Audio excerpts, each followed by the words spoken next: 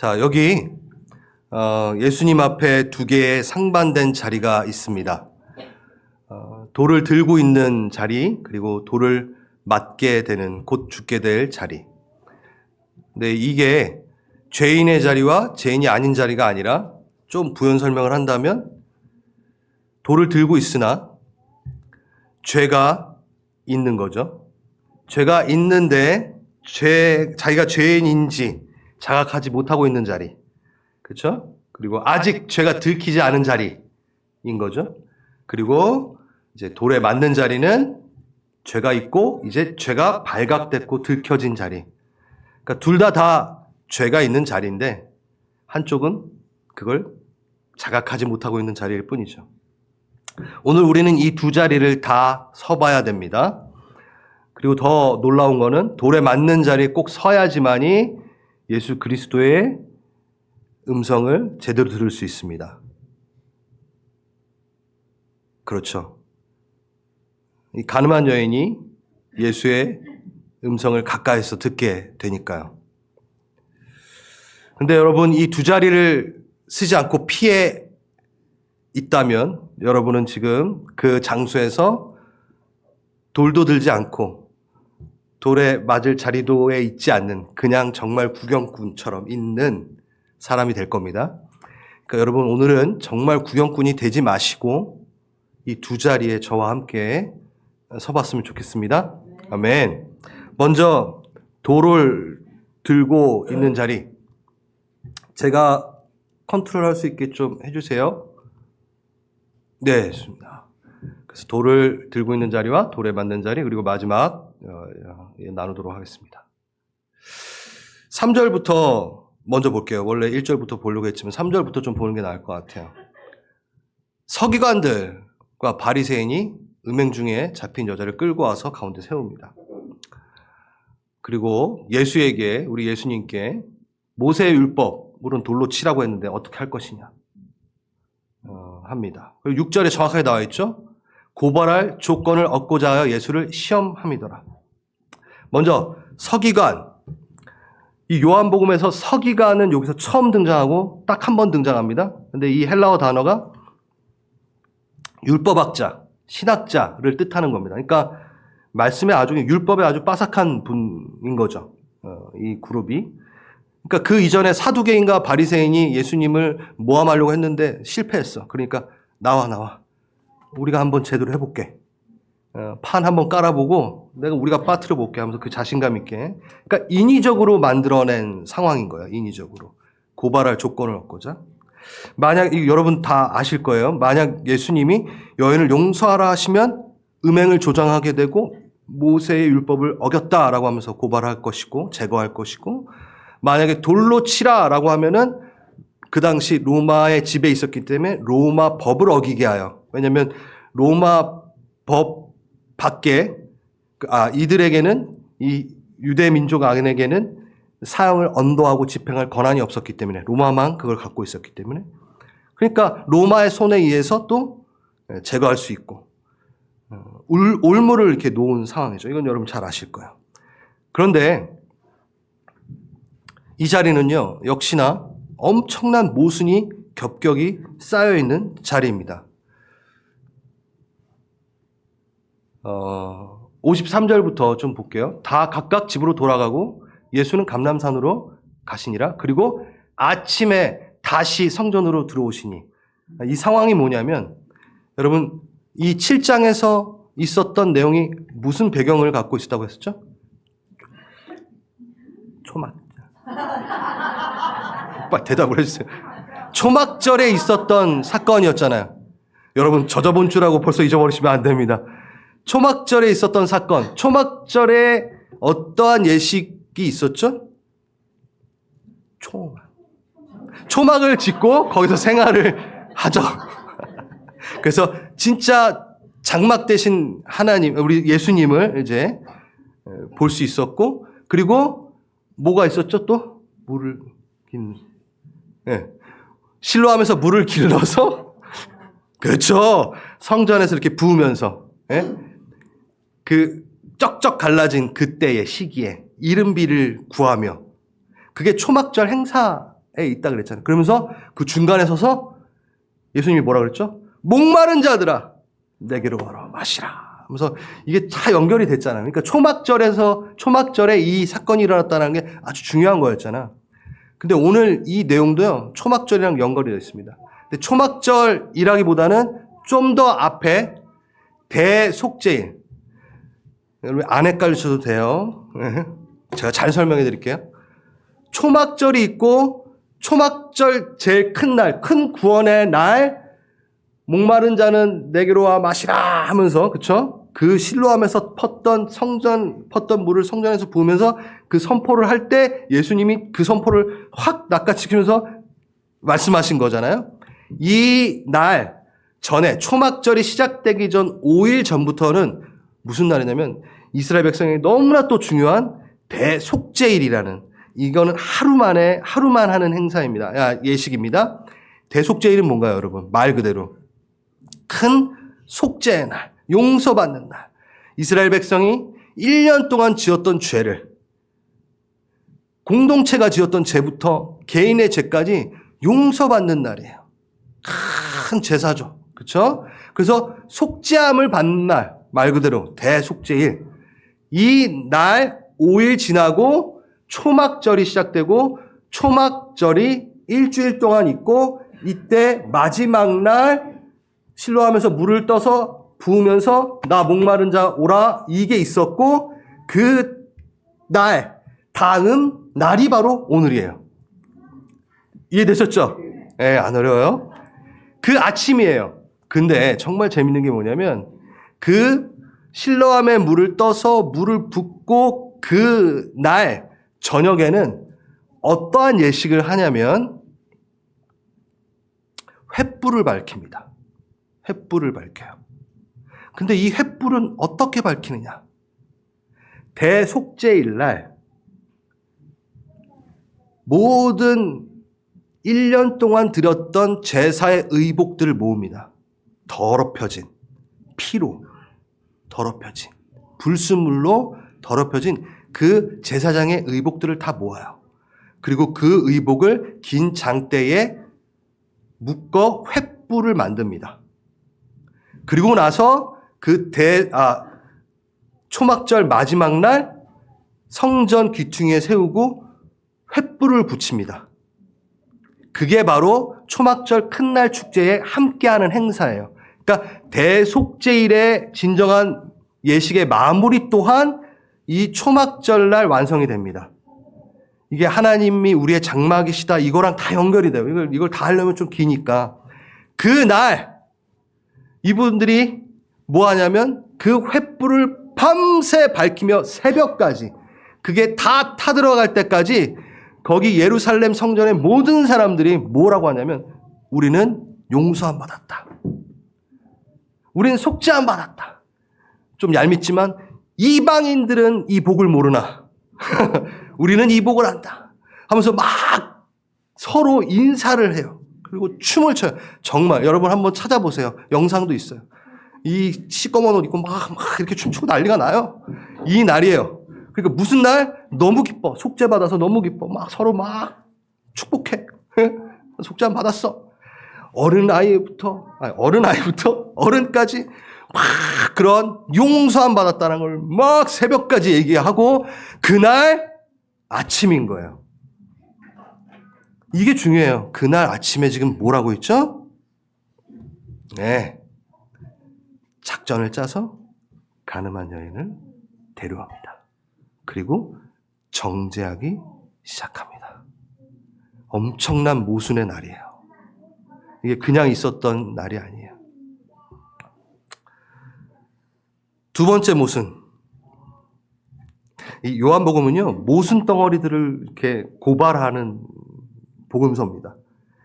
안식일날 안식하게 했다고 막 예수님을 고발하고 막 싫어하고, 그러니까 이런 일을 꾸미고. 또 하나의 모순. 율법에 이러한 여자를 돌로 치라. 신명기 22장에 나온 이 율법을 갖고 이걸 들이민 건데, 이게 약간의 설명이 필요합니다. 이 두 가지 케이스가 있어요. 처녀인 경우에는요, 간음의 경우에 돌로 쳐 죽이라는 말은 없습니다.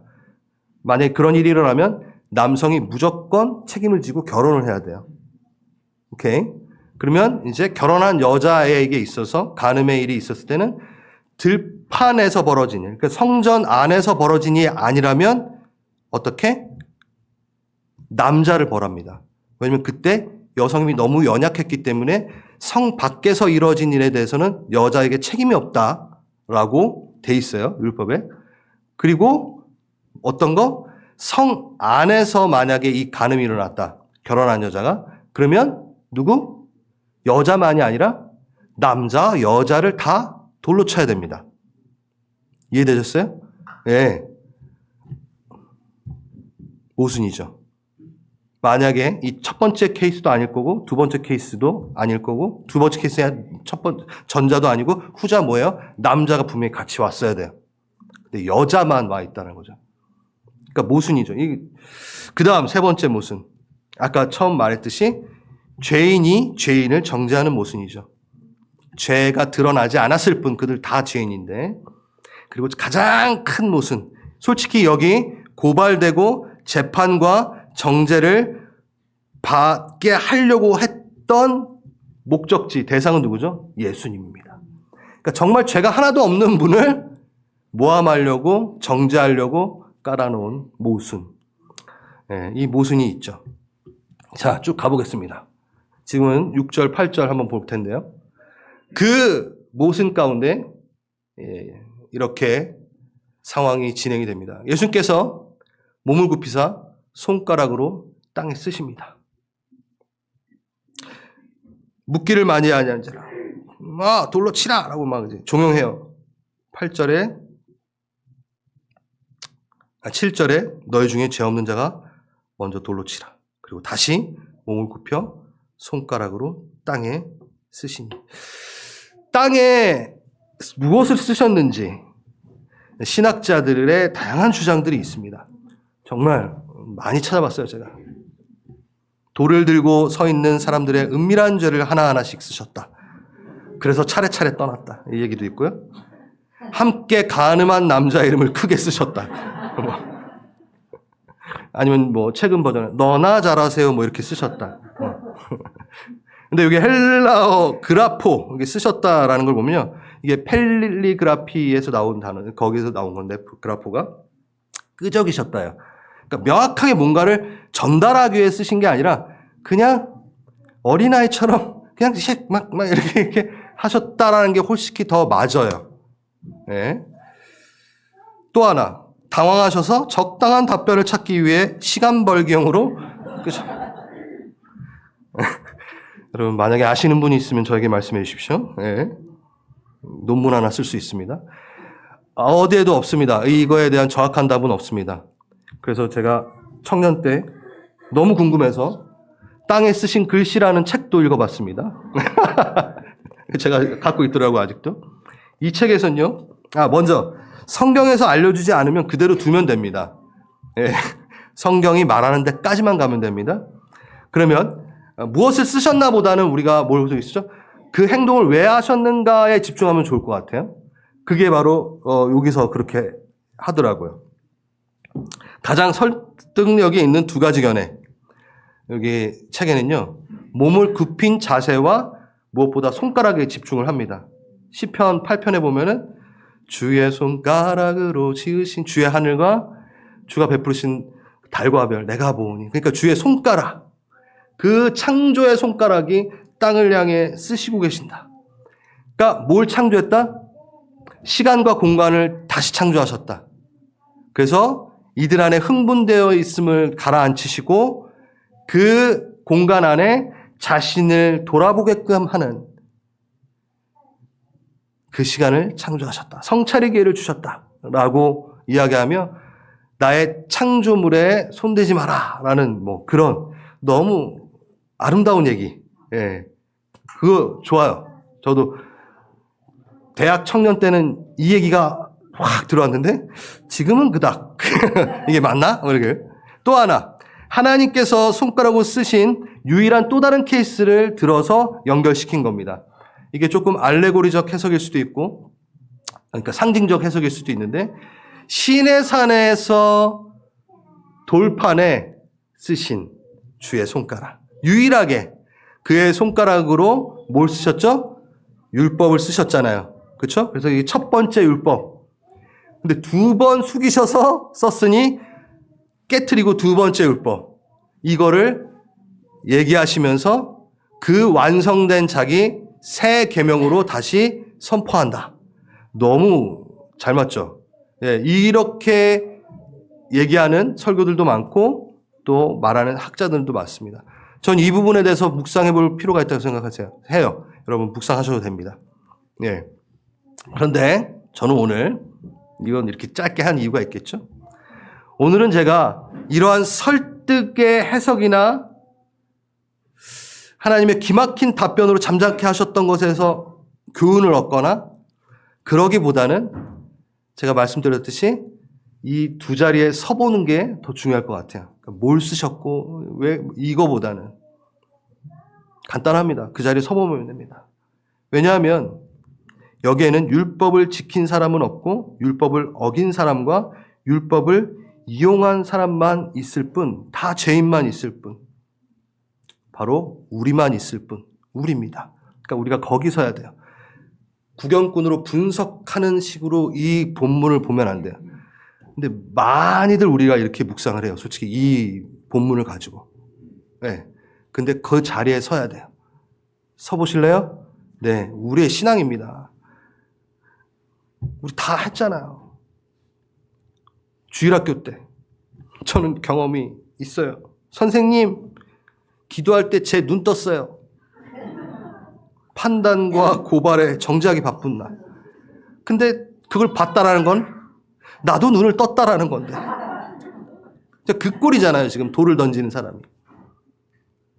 아니요. 전 잠깐 떴던 거고 쟤는 계속 뜨고 있었어요. 그걸 지가 또 어떻게 알아? 우리 경험 있잖아요. 죄인과 조금 좀 더 나은 죄인? 이게 있나요? 아니에요. 지금 우리는 이 자리에 서봐야 됩니다. 이렇게 분석하는 자로 서 있지 마시고, 그럼 먼저 돌을 든 자의 자리에 우리가 지금 서봅니다. 다른 건 없습니다. 솔직하게 말씀 앞에 다시 한번 서보면 됩니다. 첫 번째, 위선. 돌을 들고 있는 자리. 너무 위선됐죠? 그렇죠? 선생님, 제 기도하는데 눈 뜨고 있었어요. 우리. 누가복음 19장에 보면요, 바리새인의 기도와 세리의 기도의 이야기가 나옵니다. 그 차이가 뭐죠? 여러분, 바리새인들을 너무 무시하지 마시고 미워하지 마세요. 바리새인들은 너무나 잘 살았던 사람입니다. 헌금도 잘했고요. 그 당시에 정말 구제도 많이 하고요. 존경받는 사람들이었어요. 그런데 왜 바리새인을 그렇게 책망했냐? 위선 때문입니다. 우리가 말하는 위선이 아니라 성경의 위선은 뭐죠? 나는 죄인들과 같지 않음을 감사합니다. 바리새인 기도가 그랬어요.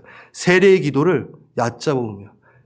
그러니까 바리새인의 책망을 받았던 건 그들의 삶의 행태, 열심히 했던 것들을 말하는 것보다는 그 위선. 항상 그레이드. 나의 의로움을 뭘로 증명해?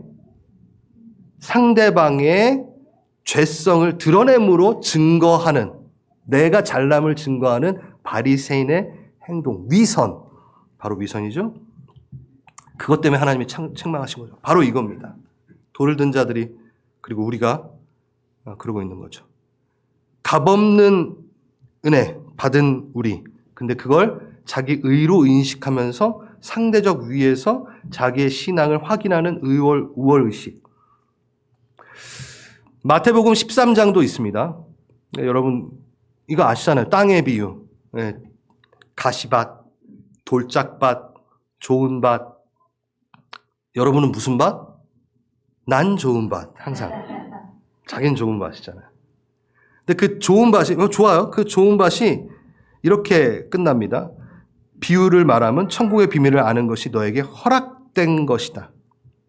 허락된 것이다. 그러니까 무슨 얘기냐면 너가 스스로 좋은 밭이 된 게 아니거든. 근데 우린 여기서도 난 좋은 밭, 돌짝밭, 가시밭. 난 좋은 밭. 자기가 좋은 밭이 자기의 힘으로 된 게 아닌데도 그렇게 인식하고 있는 거죠. 이 말씀을 볼 때조차도 하나님이 허락하신 것, 예수가 내 안에 있어야지만이 좋은 밭이 됩니다. 예수 없으면 나도 그냥 돌짝밭이에요. 길가밭이고. 근데 예수 때문에 내가 좋은 밭이 됐는데 난 누구보다 좋은 밭이어서 말씀을 잘 깨닫고 말씀을 잘 적용하며 그렇지 않다는 거죠. 바로 그게 이 돌을 든 자의 모습이었다는 겁니다. 예수의 허락하심으로 이루어진 건데 내 열심, 내 깨달음으로 내 수준이 앞섰기 때문에 내가 이걸 누릴 수 있다. 그래서 판단과 정죄함이 너무나 쉬운 거죠. 그렇죠? 제가 조심스럽게 말합니다. 요즘 너무 판단하고 정죄하기 쉬운 이슈들이 우리를 감싸고 있습니다. 모르겠어요.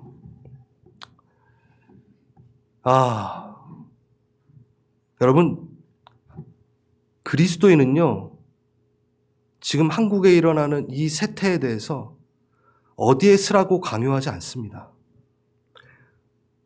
슬퍼하며 기도하는 사람이 그리스도인입니다. 오늘 예배 시작 전에 우리 박장룡 대표기도 하셨듯이 그 태도여야 돼요. 하나님의 통치만이 완전하고요. 하나님이 통치여야지만이 우리는 평안을 누립니다. 그렇기 때문에 어느 곳에서도 그것이 완전할 수 없음을 알고, 그래서 내가 정의를 뭐 생각하지 마라 그 얘기가 아니에요. 가슴 아파해야 된다는 거. 먼저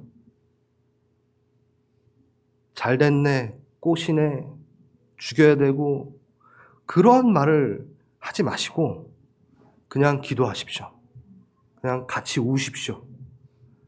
이쪽이나 저쪽이나 너무 불쌍해요. 다 기도하자는 거예요.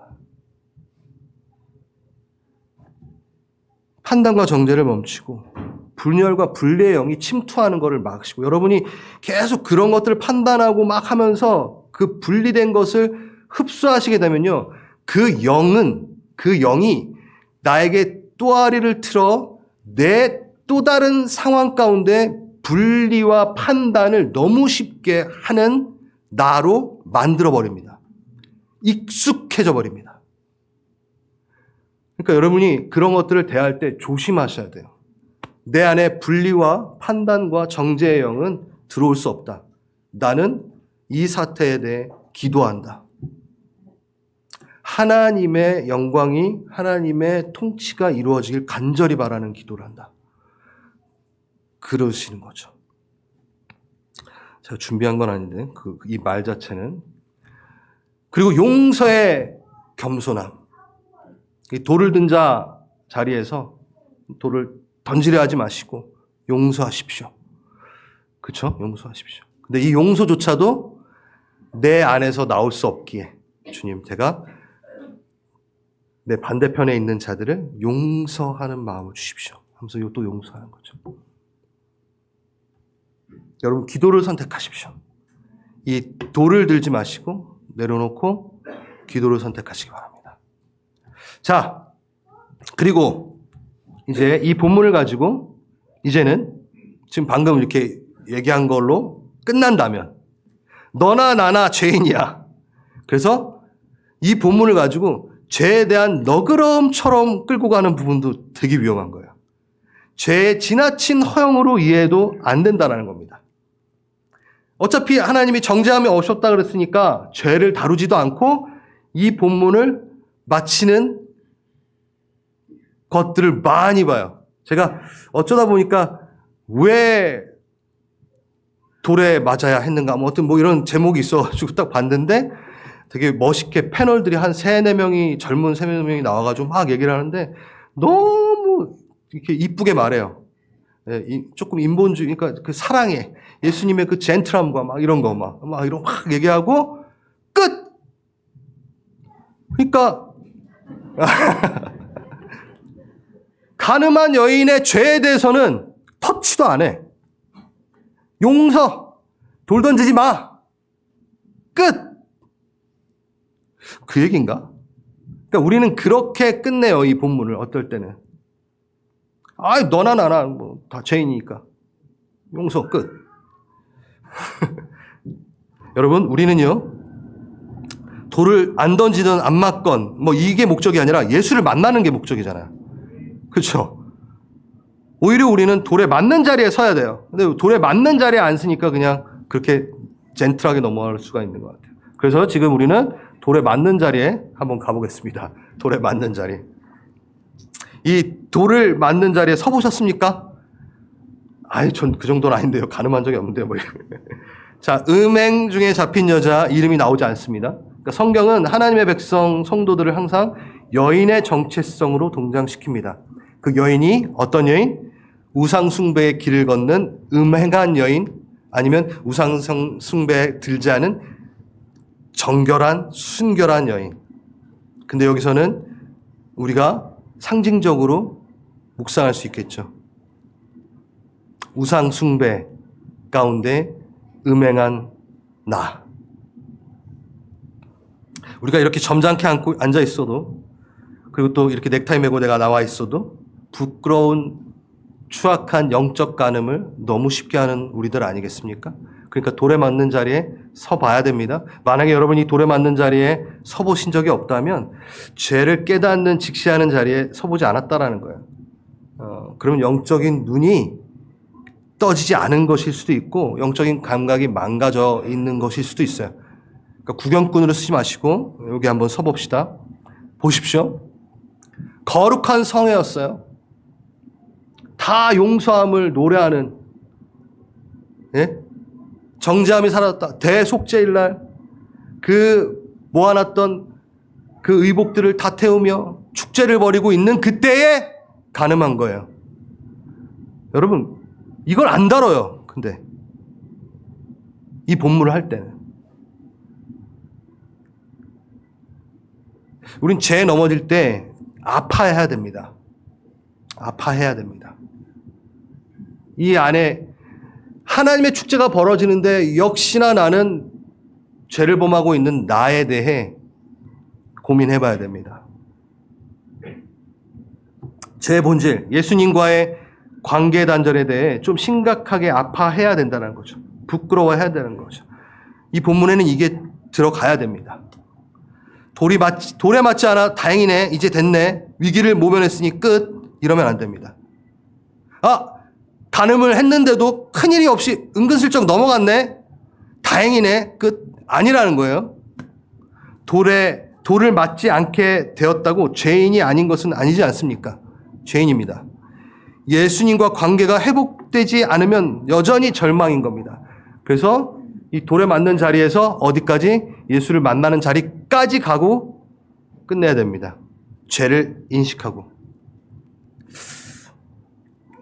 그래서 이 부분을 많이 다루려고 하지만 또 이 본문 자체가 이것만을 얘기하는 것이 아니기 때문에 짧게 얘기한다면 저는 이 부분이 묵상할 때 이렇게 소름 끼쳐요. 소름 끼치다 보면 쭈뼛 서요. 예수 그리스도는 우리의 머리십니다. 교회의 머리. 맞죠? 우린 예수 그리스도의 몸입니다. 완전히 어떻게 돼 있죠? 연합돼 있어요. 완전히 연합돼 있어요. 그러면 내가 죄를 범하는 순간 난 누구의 몸에 죄를 범하게 하는 거죠? 예수 그리스도의 존재 자체에 죄를 범하게 하는 거예요. 이렇게 한번 생각해 본 적 없으세요? 죄를 짓는 건 나 혼자만의 이슈가 아니라 내가 죄를 짓는 순간 나는 예수와 하나 됐기 때문에 그 고통을, 그 역겨움을 예수가 함께 느낄 수밖에 없는 일체된, 하나된 이라는 거죠. 그때 우리가 죄를 범할 때는 그냥 나의 혼자만의 이슈가 아니라 예수를 찌르고 있다는 걸 알아야 돼요. 예수를 아파하게 하고 있다는 걸 알아야 돼요. 예수의 몸에 죄를 덕지덕지 바르고 있다는 거죠. 내 죄인데 내가 죄를 범했는데 완전히 연합되어 있으니까. 그가 머리시라 그랬어요. 죄를 생각하고 제일 먼저 파악하잖아요. 예수님이 제일 먼저 아세요. 예수님이 제일 고통받으세요. 내가 죄를 생각하고 죄를 조금이라도 품고 있는 그 순간부터 예수님이 머리가 아프세요. 이 머리를 아프게 하는 거예요, 우리가. 이게 말로 표현이 어떻게 될지 모르겠지만 예수가 죄를 범하게끔 만드는 거예요. 그 정도로 우린 이 죄에 대해서 심각하게 생각해야 됩니다.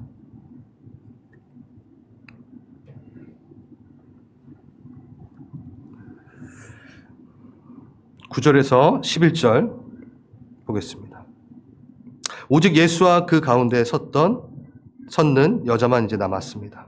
예수께서 일어나사 고발하는 자 어디 있느냐? 정죄하는 자 어디 있느냐? 없나이다 주여. 나도 너를 정죄하지 않으니 가서 다시는 죄를 범하지 말라. 여러분, 우리 너무 아니까 그냥 넘어가지 마시고 이게 어떻게 가능한 것인가요? 하나님은 완전한 공의이신데 이게 어떻게 가능한가요? 너무 은근슬쩍 넘어가는 것 같지 않아요? 공의이신 분인데 죄를 또 어떻게 하긴 하셔야 되잖아요. 네? 예수님만 죄가 없으니까 그러니까 자격이 있는 거죠. 돌 던질 만한 자격. 다 자격 없어요. 그래서 다 떠나갔어요. 죄 없는 자가 돌로 치라. 죄가 있으니까 죄가 없는 분은 뭐 할 수 있어요? 돌 치세요. 그래서 자갈이라도 던지시던가. 그러니까 뭔가 해야 되잖아요. 근데 그냥 살아나. 그 한마디에. 그리고 소망으로 이어져. 이게 뭐죠? 하나님 앞에 드러난 어둠은, 죄악은 오히려, 당연히 생명과 소망으로 끝나게 된다. 라는 얘기인데, 왜냐하면 하나님은 가장 완벽한 공의이시고 그 공의는 가장 완벽한 사랑에서 나옵니다. 야, 이게 무슨 소린가? 자, 가장 완전한 공의는 나를 살립니다. 죽일 텐데. 왜냐하면 하나님의 공의는 가장 완전한 하나님의 사랑을 기초로 한 공의이기 때문입니다. 이게 무슨 얘기일까요? 제가 예를 하나 드려드리겠습니다. 제가 너무 좋아하는 예인데, 악에 대해 분노하시는 하나님, 그 공의, 악에 대해서 분노하시는 그 감정들, 이것과 사랑의 하나님이 상충이 될까? 상충이 될까? 고민해 보셔야 돼요. 저는 그 오렌지빌에 있는데, 우리 하은이가 아주 어렸을 때 이렇게 동산을 지나다니면 그곳은 여우도 다니고요, 막 온갖 동물이 다 다닙니다. 몇 주 전에도 저희 뒤에 가라지에 여우가 이렇게 자고 있었어요. 아무튼 그런 동네예요. 아주 하은이가 어렸을 때 같이 산책을 나갔는데 조금 산길을 올라가고 있었습니다. 하은이가 조금 더 앞으로 가고 있었는데 저기 풀숲에서 뭐가 꿈틀거리더니만 뱀이 이렇게 하나가 싹 나오기 시작했어요. 진짜 있었던 일입니다. 그 순간 제가 어떻게 했을까요? 오, 뱀이, 하은이, 야, 재밌겠는데? 어떻게 하면 잘 싸워보나 보자. 이렇게 이랬을까요? 저는 그 순간 소리를 먼저 질렀겠죠. 저도 너무 다급하니까, 아! 하은이가 딱 돌아봤겠죠. 그 순간 제가 어떻게 했겠어요? 그 하은이를 향해 달려가며, 실질적으로는 누구에게 달려간 거야? 뱀에게 달려가며, 이 우락부락한 시꺼먼 얼굴로, 안 돼! 죄송합니다. 그러면서 제가 뱀을 집어가지고 팍 던졌겠죠.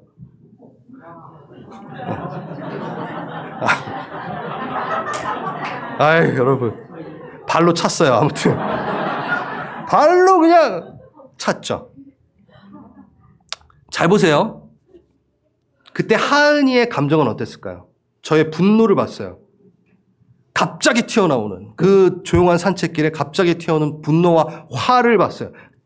엄청난 그 악에 대해 분노하는 하나님의 얼굴을 봅니다.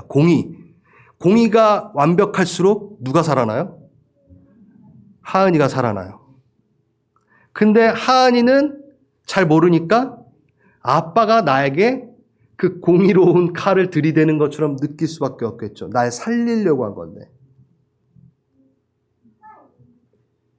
자, 제가 왜 그 순간 뱀을 발로 차며 분노하고 화를 냈을까요? 누굴 사랑하기 때문에?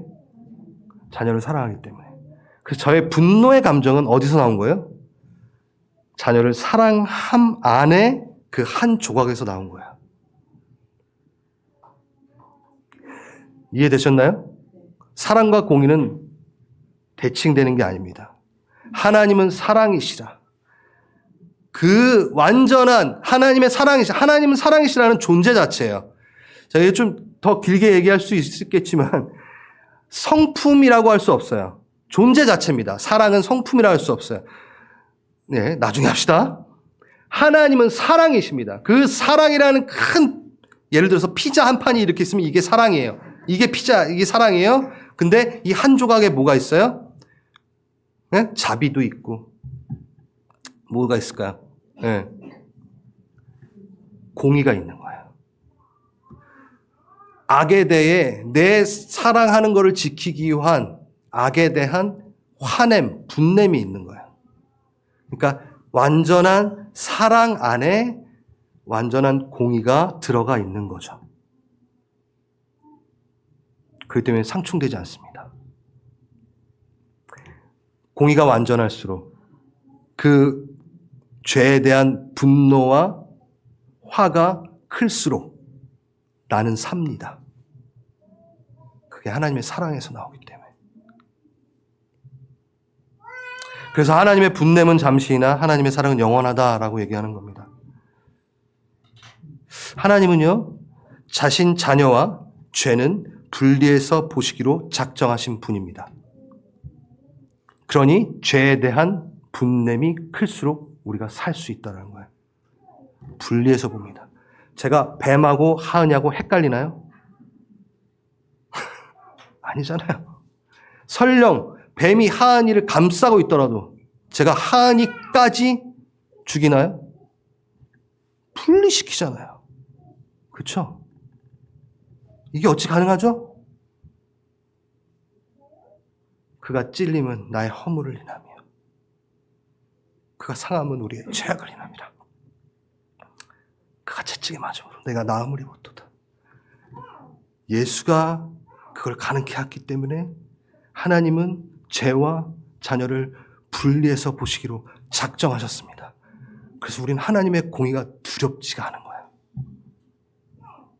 그래서 지금 이 장면은요, 그거를 보여주고 있는 거예요.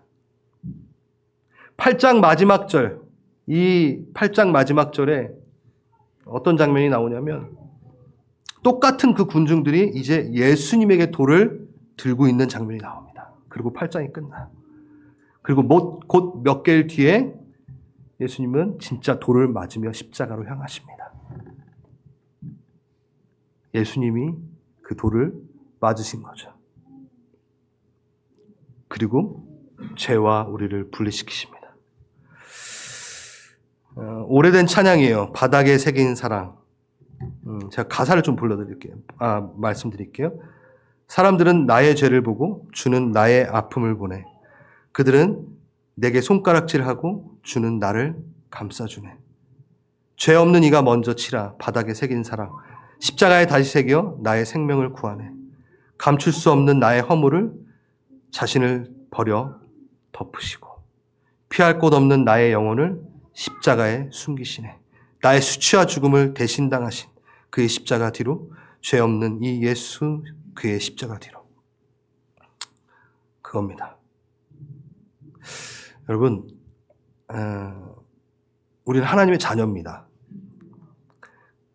여러분도 아시겠지만 자녀가 아프고 자녀가 상하는 것, 자녀를 잃는 것의 가장 큰 피해자는 부모입니다. 우리가 죄를 범할 때 가장 아파하시는 분이 예수님이고 우리가 망가질 때 제일 아파하시는 분이 예수님이시고 가장 큰 피해자는 내가 아니라 하나님이십니다.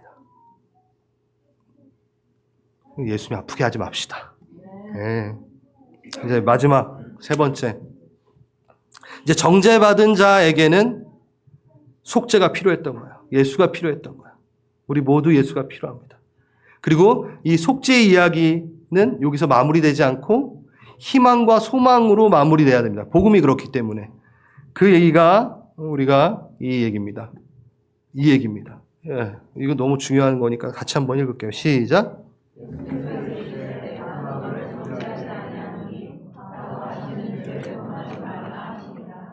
이게 순서가 너무 중요해요. 너를 정죄하지 아니하노니가 앞에 있습니다. 만약에 순서가 바뀌어서 다시는 죄를 범하지 않는다면 내가 너를 정죄하지 않겠다. 이렇게 돼버리면 큰일 납니다. 아무도 그 정죄함에서 벗어날 수 없습니다. 이것은 뭘 말하냐면 아까랑 이어서 넘어져도 자녀의 자리에서 출발할 수 있다라는 얘기예요. 정죄함이 없음에서 출발할 수 있다. 그 다음에 죄를 범치 말아요. 예수님의 사랑 없이는 우리는 죄를 벗어날 수 없습니다. 그러니까 예수님 사랑이 크기가 클수록 죄에서 멀어지듯 그 얘기를 하는 거예요. 우린 다시 넘어져도 어디서 출발한다? 자녀에서부터 출발한다. 예수님의 품 안에서 출발한다. 예수님의 품을 떠나 무슨 소리예요? 하나님이 놓지 않는 한 그 품을 떠나지 않는 거예요. 우리가 착각하고 있는 거죠. 그렇죠? 이제 정죄의 자리에는 속죄가 자리 잡습니다. 십자가의 죽음에서 부활이 완성되듯 정죄의 자리는 속죄가 자리 잡았어요. 이거 되게 중요합니다. 이제 언제 안 중요했나요? 제가 계속 중요하다 그러죠. 그 속죄는 죄에 대해 죽은 것으로 끝나는 게 아니라 의로 살아남으로 채워져야 돼요. 이게 무슨 얘기냐? 죽고 끝나는 게 아니라 살아 움직여야 된다는 거예요. 그러니까 회개와 자숙의 시간을 갖는 것은 참 올바르나 그 회개와 자숙의 시간을 통해 정체되어 있으면 안 돼요. 그 정체되어 있는 순간 그 사단이 영혼의 사냥개 마냥 또 이렇게 불안과 불신과 정죄감으로 물어 뜯으러 옵니다. 그래서 예를 들면 이제 이해가 될 거예요. 이 여인은 다시 그러니까 죄를 범하지 말라라고 했을 때, 간음하지 말라고 했을 때 이 여자가 결정하는 게 갑자기 그럼 난 다시 남자를 만나지 말아야지. 이렇게 결정을 한다면 머리 깎고 중이나 될까? 남자를 피해야 되니까? 이렇게 된다면 소극적인 몸음이라는 거죠. 이거는. 그러니까 정체되어 있는. 그래서 이걸 이기려면 뭐냐면 그 회복되어 순기능으로 넘어가야 돼요. 죄를 이기려면. 정죄를 넘어서고 가려면 순기능으로 넘어가요. 그럼 뭘까요? 이 여인에겐 바른 사랑의 관계를 갖는 거죠. 하나님 안에서 바른 남녀관계, 결혼관계, 그래서 아름다운 가정을 꾸리는 것 자체. 이렇게 넘어가는 거예요. 그 수준을 넘어서 하나님의 나라를 세우는 것까지 가는 것. 그 얘기가 여러분 잘 아는 이 얘기입니다. 읽겠습니다. 시작. 결코 정죄함이 없습니다.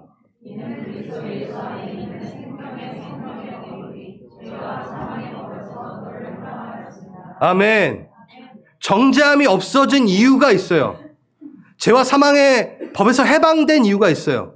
뭐가 왔기 때문에?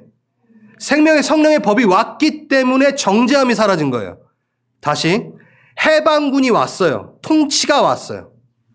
정죄함이 없으려면 죄와 사망에서 법에서만 떠나고 끝나면 안 돼요. 거기 안에 빈자리에 뭘 넣어야 돼요? 생명의 성령의 법이 들어와야지 다시 죄와 사망의 법이 안 들어오겠죠. 이 관계를 여러분 잘 이해하셔야 됩니다. 그래서 정죄에서 속죄로 끝나면 안 되고 속죄함에서 다시 하나님의 나라를 그 정죄 안에다 넣어야 되는 거예요. 채워 넣어야 되는 거예요. 그래야지 정죄가 사라집니다. 거길 빈 공간에 두면 계속 또 불신과 내가 용서함 받은 거 맞아? 막 이렇게 된다고요. 하나님의 나라를 살아갈 때 이게 정리가 돼서 생명의 성령의 법을 초청하여 그 통치 안에 있을 때 우리는 이 정죄함에서 완전히 벗어났다는 걸 인식하게 됩니다. 여기까지 가는 거죠. 그래서 더 깊어진 삶으로 가는 거죠. 생명의 성령의 법이 와야 해방이 됩니다. 하나님의 나라를 이 땅에서 경험케 하시는 이 생명의 성령의 법, 통하여 여전히 묶여있는 나의 모든 정죄에서 자유해질 수 있는 거죠. 어떻게 해요? 생명의 성령의 법을 초청하십시오. 성령의 통치를 받으십시오. 가능한가요? 가능해요. 너무나 가능해요. 이미 여러분 안엔 성령이 계시기 때문에 그 통치를 따르면 됩니다. 그러면요, 이 환난 가운데, 이 땅을 딛고 사는 이 환난이 넘쳐나는 이 땅 가운데 우리는 하나님의 법을 누리고 그 평안을 누리고 살 수 있습니다. 이 노아의 방주와 같아요. 여러분, 노아의 방주에 환난이 있고 막 심판이 있는 그 상황 가운데 여러분, 노아의 방주는 그 자리에 없었나요? 아니요. 환난, 심판의 정중앙에 있었어요. 노아의 방주는. 그런데 뭐야? 하나님의 법으로 보호받고 있었잖아요. 그러니까 우리가 이 땅 가운데 하나님의 나라를 살 수 있는 거예요. 그러니까. 하나님의 통치 안에, 성령의 법 안에서 그 안에 뭐 비가 내리고 뭐 쓸려가고, 세상 지금 난리 났어. 한국도 난리 났어. 뭐, 그래요? 하지만 내가 생명의 성령의 법으로 나는 평안을 누릴 수 있는 거죠. 그러니까 내가 뭐 아무것도 관여하지 않겠다. 이게 아니라 나는 하나님의 통치로 살 수 있다라는 거예요. 그러므로 여러분은 사단이 주는 모든 정죄감에서 해방될지어다. 아멘. 하나님의 나라로 한 걸음 나아갈 때 우리는 그것을 맛볼 수 있다라는 것. 그래서 적극적인 하나님의 성령의 법의 수용을 이루어야지만이 여러분은 정죄감에서 벗어날 수 있을 것입니다. 아멘. 그렇게 살기를 다짐하시는 분들 괜찮으시다면 자리에서 일어나 우리 고백했으면 좋겠습니다.